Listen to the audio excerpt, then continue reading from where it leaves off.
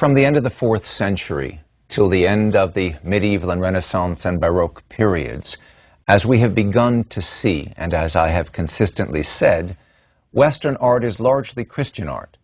But we've also seen, in our last lecture, how Islamic art on the periphery of the world of Christendom interfaces with it, as in an earlier lecture from late antiquity we began to raise the question of in what way Jewish art would fit into the rubric Western art, which is primarily Christian,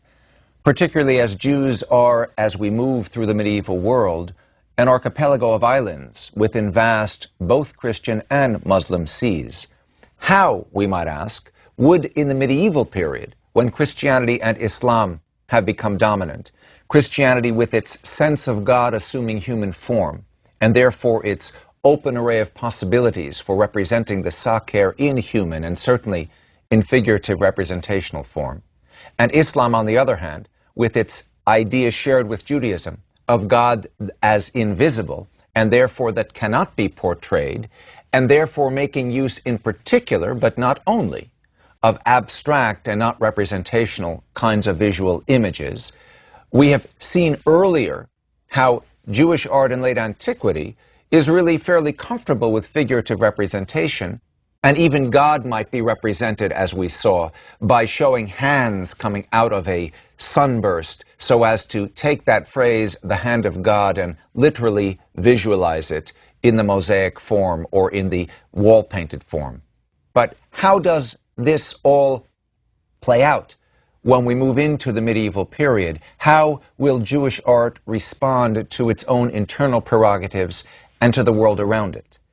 If we start with the Alhambra in Granada, we recognize those familiar aspects of Islamic decor. We recognize a monumental series of forms broken up into minute details, how the minute details offer a kind of infinitizing quality, how we have a dialogue between floral and vegetal form on the one hand and geometric on the other, between curvilinear and rectilinear elements, how the whole thing interfaces with calligraphy that in this case we see climbing up the frames to the right and left of these arches, where in Arabic the words "no God but God" are repeated again and again. If we look to Toledo, where there are 2 synagogues that have survived in Spain, and turn for an example to the so-called Abulafia synagogue, named for the individual who apparently financed it in the 14th century.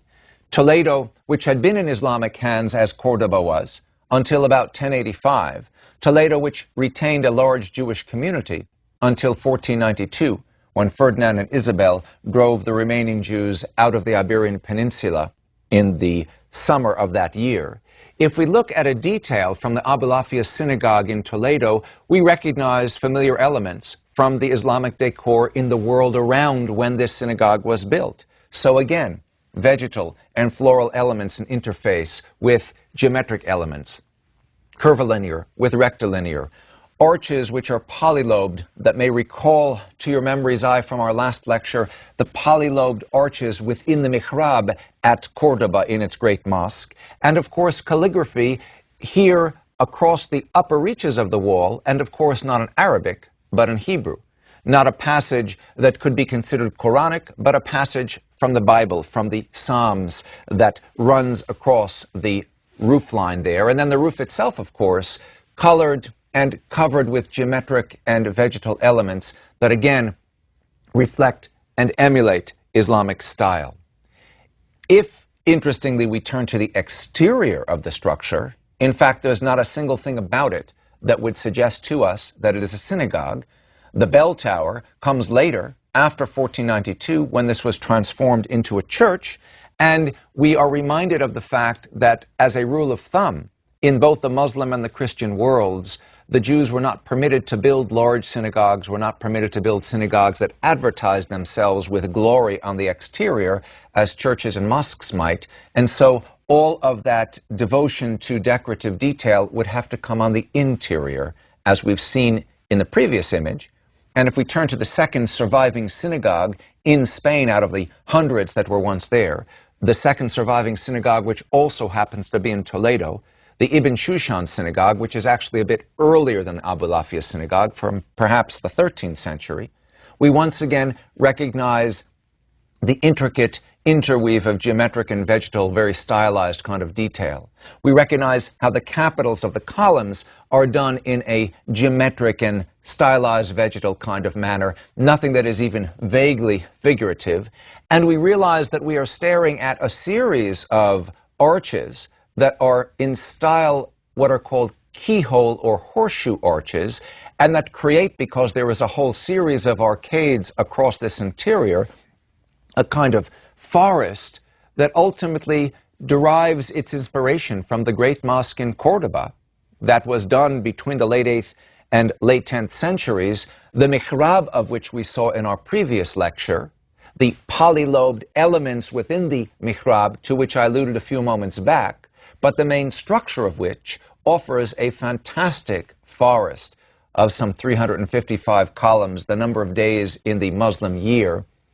arches rising on arches with striated alternations between dark and light stones, so different in detail from what we find in the much more modest synagogue over in Toledo that we just saw, the Ibn Shushan synagogue, but offering an inspiration for that synagogue. Now, if in looking from these two synagogues in Toledo that so obviously reflect the artistic influence of the Muslim world around them, we turn to the Christian world, where Jews proliferate across those seas, and look to Germany and to the city of Worms, we come to the synagogue which is arguably the oldest of the medieval synagogues throughout Europe. Although begun in the late 11th century, it continued to be adjusted and altered and transformed through the 18th century and was ultimately destroyed by the Nazis in 1938, so that what we have is a restructuring of it done at the end of the 1950s, early 1960s. And again, we turn to the interior and we recognize, first of all, perhaps, how interested the Jewish community was in not emulating Christian ecclesiastical structure. Rather than having the roof held up by parallel colonnades that would give us a basilical form, which by then is associated, at least in the Jewish medieval mind, with Christian ecclesiastical architecture, the roof is held up by a pair of columns, and so the space is, in a sense, bifurcated into two sides. And in the center, between those columns, we have a natural location for an island that rises above the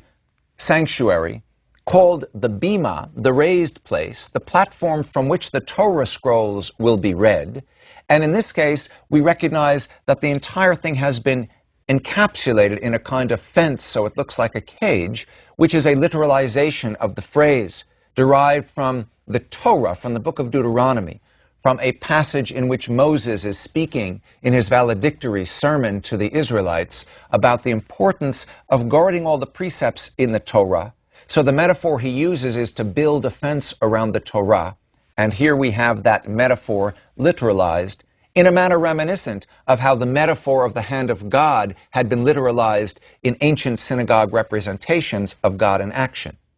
We recognize as well that the seating arrangement goes around one side, the other side, and the back of the sanctuary around this bima, creating the kind of rectilinear horseshoe arrangement we recall from the ancient synagogue, and none of the seats facing with their back towards the structure which would be at the front of the synagogue, the Aron, the Holy Ark, the lineal descendant of the Torah niche, the sibling of the apse and the mihrab as we have encountered them earlier. We're looking here at a different representation of the same synagogue as it would have been seen in the 18th century, when it appears that the caged fenced area had been removed, and so the bima is the space between the columns, but we can't really discern it past the benches. And in the distance beyond, against the wall, is the Aron, the Holy Ark. Now you understand that in the rabbinic literature, synagogues are said, or rather the commandment is given, the instruction is given, the prescription is given, that synagogues be elevated above the community. And the ancient synagogues we saw were able to do that. They were raised on platforms like the Roman temples were. But in the medieval Christian and Muslim world, that became impossible because synagogues were supposed to remain hidden within the community. And so instead, internally, they would be raised, but not with one focus, but with two. The Aron, the Holy Ark, is raised above the level of the sanctuary, and the Bima, the platform from which the Torah scrolls are read. The Aron, where they're kept, the Bima, where they're read, are both raised, as it were, above the sanctuary community. And in the case of the German, and then more broadly, northern, central, western, and eastern Jewish world, known in Hebrew as Ashkenazi, the Ashkenazi world, so we have this kind of a configuration, with the Aron at the far wall and the Bima in the center. But Jews who came from Spain and Portugal, exiled, expelled from Spain in 1492 and Portugal in 1496-7, were called rather Sephardic Jews. And the Sephardic style of configuring the interior of the synagogue differed in the following way. The Aron, still placed at the far wall, except that the term for the Sephardim is not Aron, but Heichal, a word which had been used in earlier Hebrew to refer to the temple itself. So it overtly suggests that the place where the Torah scrolls are kept occupies conceptually the place that the temple once had for a community of Judeans when the temple still stood. And the Bima, which is referred to not as Bima but as Teva in the Sephardic vocabulary, rather than being placed in the middle of the room, in the middle of the space, as in the Ashkenazi world, in the Sephardic world is taken to the far end of the space. So we are looking here at the far end of one synagogue as we were looking at the opposite end of the Worms synagogue. The first is the Canton synagogue. But there were half a dozen different synagogues throughout Venice that were coming into shape in the 16th century, in the late 15th through 16th centuries, in part because of the arrival of a large community of Jews from Spain and Portugal. So there was a Sephardic synagogue. There was a Levantine synagogue for Jews from the Near East. This was the Canton synagogue. And the interesting thing is that the second image from Venice that I've shown you is that of the Ashkenazi, the German synagogue. Or, let me explain. In coming from Germany and settling in Venice,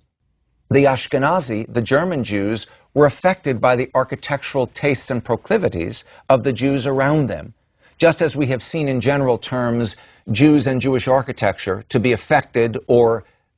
affected in the sense of going against the directions of the Muslim and Christian architectural world around them. So the Ashkenazi synagogue in Venice looks like a Sephardic synagogue. It has its Bima, its Teva at the far end of the sanctuary rather than in the center of the room, which would be typical for the Ashkenazi style.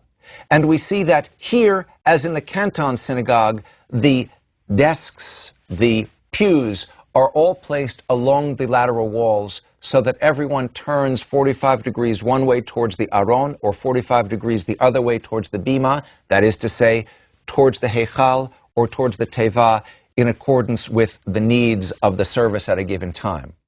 You may also note, in looking above, that there is a kind of balcony arrangement there. And the balcony arrangement is for the women seated above, the men seated below. But the whole style is very theatrical, and here's an interesting paradox. The Ashkenazi synagogue, the Canton synagogue, the Levantine synagogue, the Sephardic synagogue, all of the Venetian synagogues built at various times, as we now have them, in the 16th century, were heavily influenced by the extreme popularity that theater had in Venice at that time. It was a center of theater. And so the women's section becomes a kind of theatrical balcony. So on the one hand, there's very strong connection to the outside world, but not to its ecclesiastical aspects. And on the other hand, the irony and the paradox is that by the year 1516, all of the Jews in Venice were required to live in a circumscribed area. The area was the area near what had once been the iron foundry. And the word for foundry in Venetian dialect is ghetto. So the word ghetto came into being in 1516 in Venice to refer to the area to which the Jews were confined between sundown and sunrise, and where they were confined as far as living accommodations were concerned. So we have this range of synagogues concentrated in one area,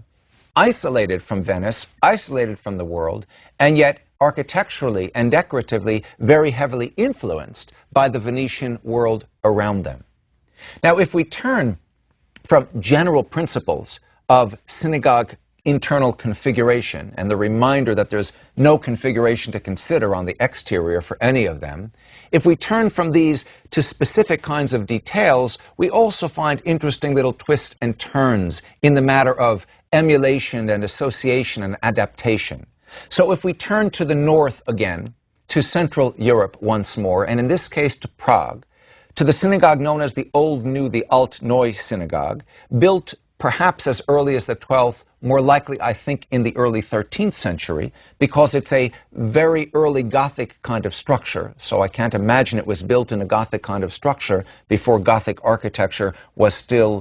yet in development. This Old New Synagogue, this Alt Neu Shul, so called because of the tradition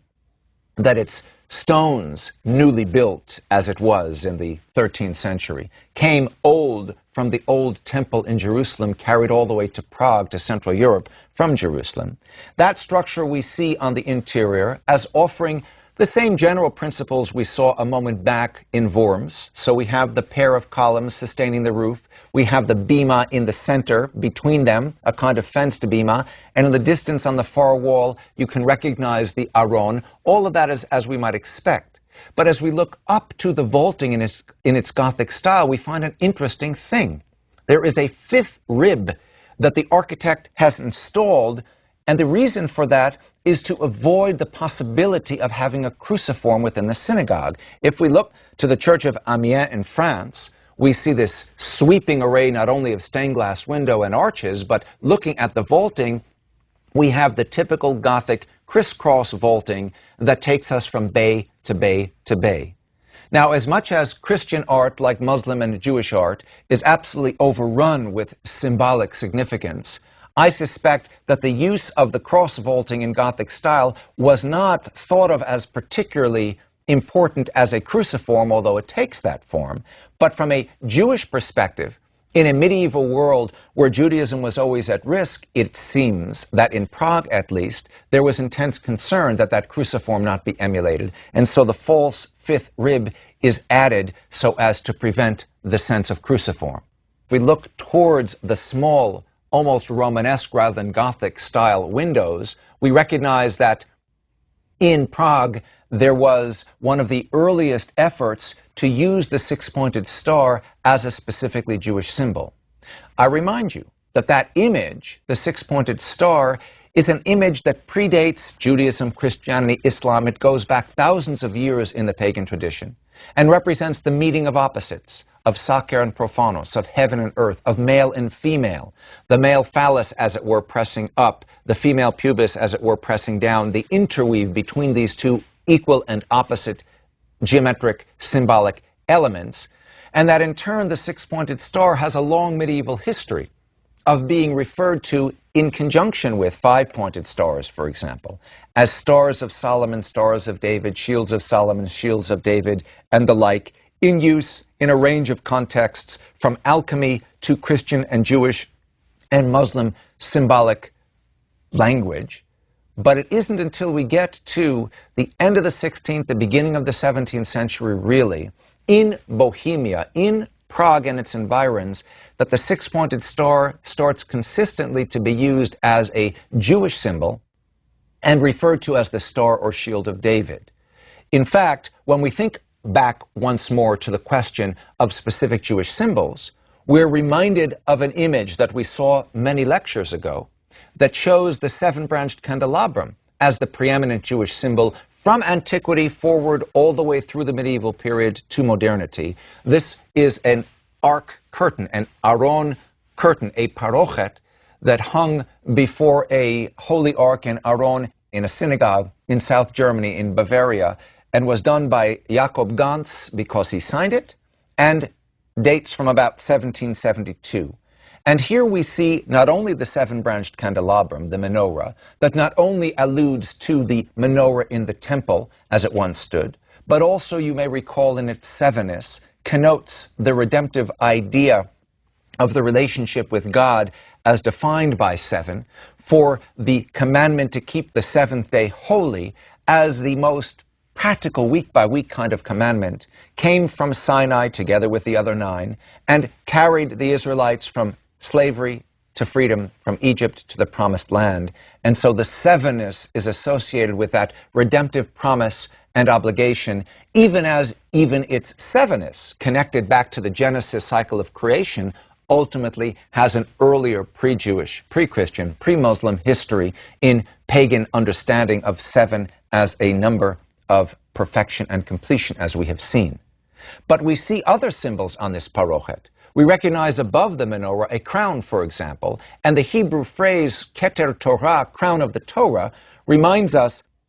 that the Torah is being symbolized in this case by the crown, which also at the same time, of course, stands for the king David, his crown, the anointed, the Mashiach, the Christos, to give it in Hebrew and in Greek. David as the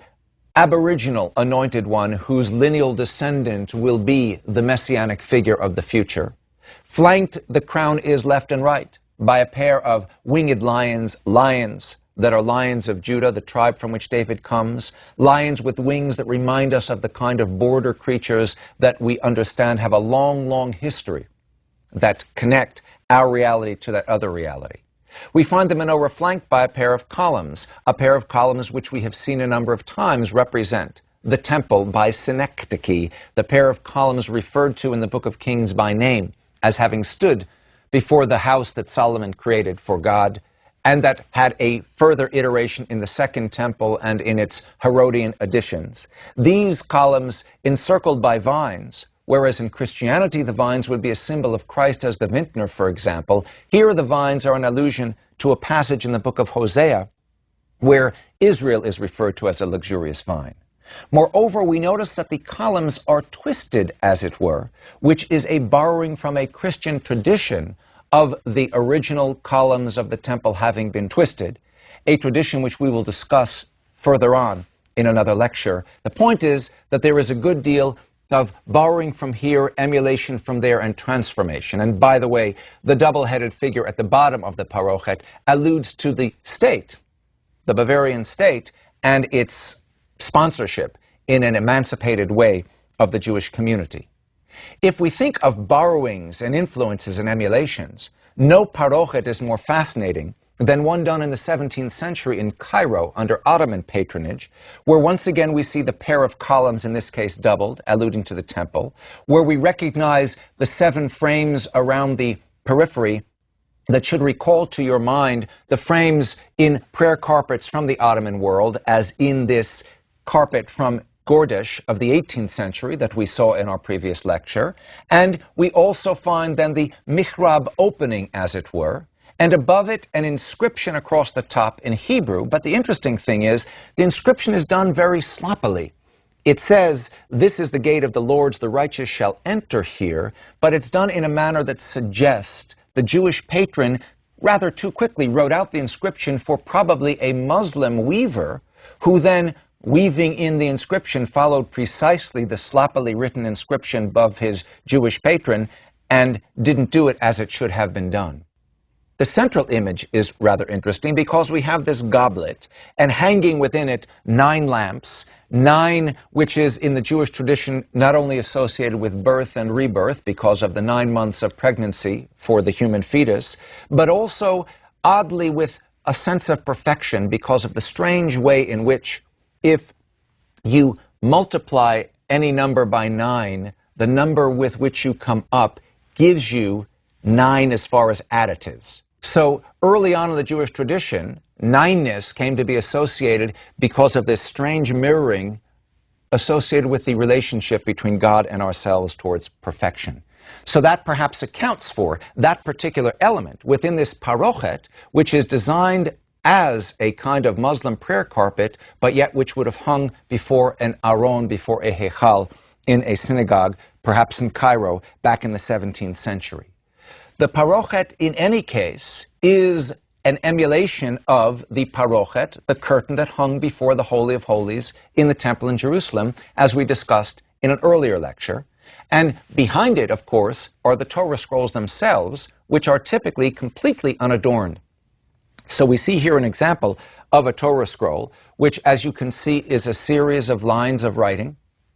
There is no adornment, there is no color, there is no illumination, there is no decoration whatsoever, nothing to interfere, in other words, with the purity of God's word that is conveyed in black on white without any kind of decoration. But on the other hand, one wants to decorate because one wants to honor God and glorify God by way of decoration. And so the Torah, which is a double scroll, is rolled up together, and then placed over the scrolls together is often a crown, such as we see here from Austria from about 1780, where the Keter Torah, the crown of the Torah, resting on the Torah,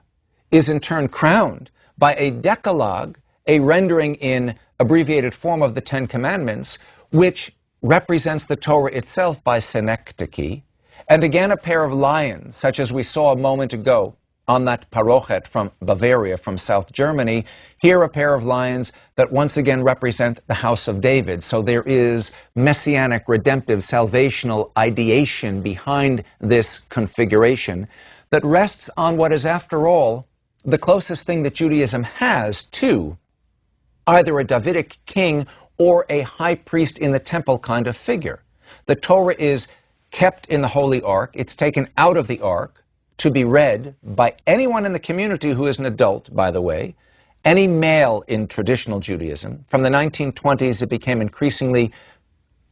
often that one would find any adult female also could read in some Jewish communities, and it is marched among the congregation both before and after it is read. So it moves about in a manner reminiscent of how, in theory, the high priest once moved around the precincts of the temple. So with that in mind, we have not only the crown, but sometimes we have the two finials, each crowned with its own separate crown. And so we see in each of these a crown on the crown. We also recognize that we have a kind of squared tower, town tower architectural kind of element here, and that we have bells because the bells ring as the Torah moves around through the congregation to let everyone know it's there, in a manner reminiscent of how on the gown of the high priest there were bells to let everyone know when he was moving around, so that he wouldn't be improperly touched because he's sacrosanct, so that people could give way. And so with that in mind, the Torah will not be improperly touched, but everyone yet moves to it and everyone can read from it. Across the Torah is typically what's called a tas, a shield that, like the shield on the chest of the high priest, which was covered with semi-precious stones, 12 of them, corresponding to the 12 tribes of Israel, here we have simply a tas, a shield that connects the Torah conceptually to the high priest. And we see it decorated in this case, this beautiful 1870 Austrian tas, decorated with a pair of columns that once again suggest the temple, the Decalogue that suggests the Torah itself, the crown above the Decalogue that reminds us of the Davidic house, and the whole thing in this spectacular Baroque, frothy style of vegetal decor that recalls the way in which Jewish artifacts reflect the Christian world around them. Now, if the Torah is so sacrosanct that it cannot be improperly touched, that also means it cannot be read in the improper manner, which is to say that because there is no punctuation and there are no vowels, one would have to focus very carefully, and one might be inclined to use one's finger to follow as one reads, but that would soil the Torah. So what develops as an additional liturgical element is what's called a hand, a yad, such as you see here exemplified from Austria from 1725, with its fairly simple decor, its inscription, and its literalized hand at the end, and so one holds that in one's hand as one follows the text and reads along. So ultimately, we have a Torah text which is offered, as you can see here, in black on white with no decor whatsoever, but an array and range of different liturgical objects that all fill out what is called Hidur Mitzvah, the commandment of beautification, derived in part from that passage when the Israelites have come through the Red Sea and the so-called Song of the Sea, in which they are led by the sister of Moses, Miriam. She chants, "This is my Lord, and I will glorify, or I will beautify him." The fulfillment of that is in all of the elements around the Torah. And the irony within the irony is that throughout Christendom, until the 19th and 20th centuries, most of these objects would have been made by Christian artisans because of the guild restrictions that prevented Jews from making their own Judaica. So this art is Jewish in its use. It is a reflection of the emulation and the imitation and the adaptation of a range of different visual ideas interwoven with Jewish conceptual ideas that define the art around the Torah, around the synagogue, around the community, across the Jewish world in its variations, most of which are accomplished, at least across Christendom, by Christian artists. And so the Jewish medieval and Renaissance artistic world is one that is visually rich, but at the same time circumscribed, imitative and emulative in a manner reminiscent of how the Romans imitated and emulated, the Greeks and the Etruscans, with less innovation than is possible for the Romans, and a circumscription that will remain intact until we move into the modern era, an era that we will get to eventually.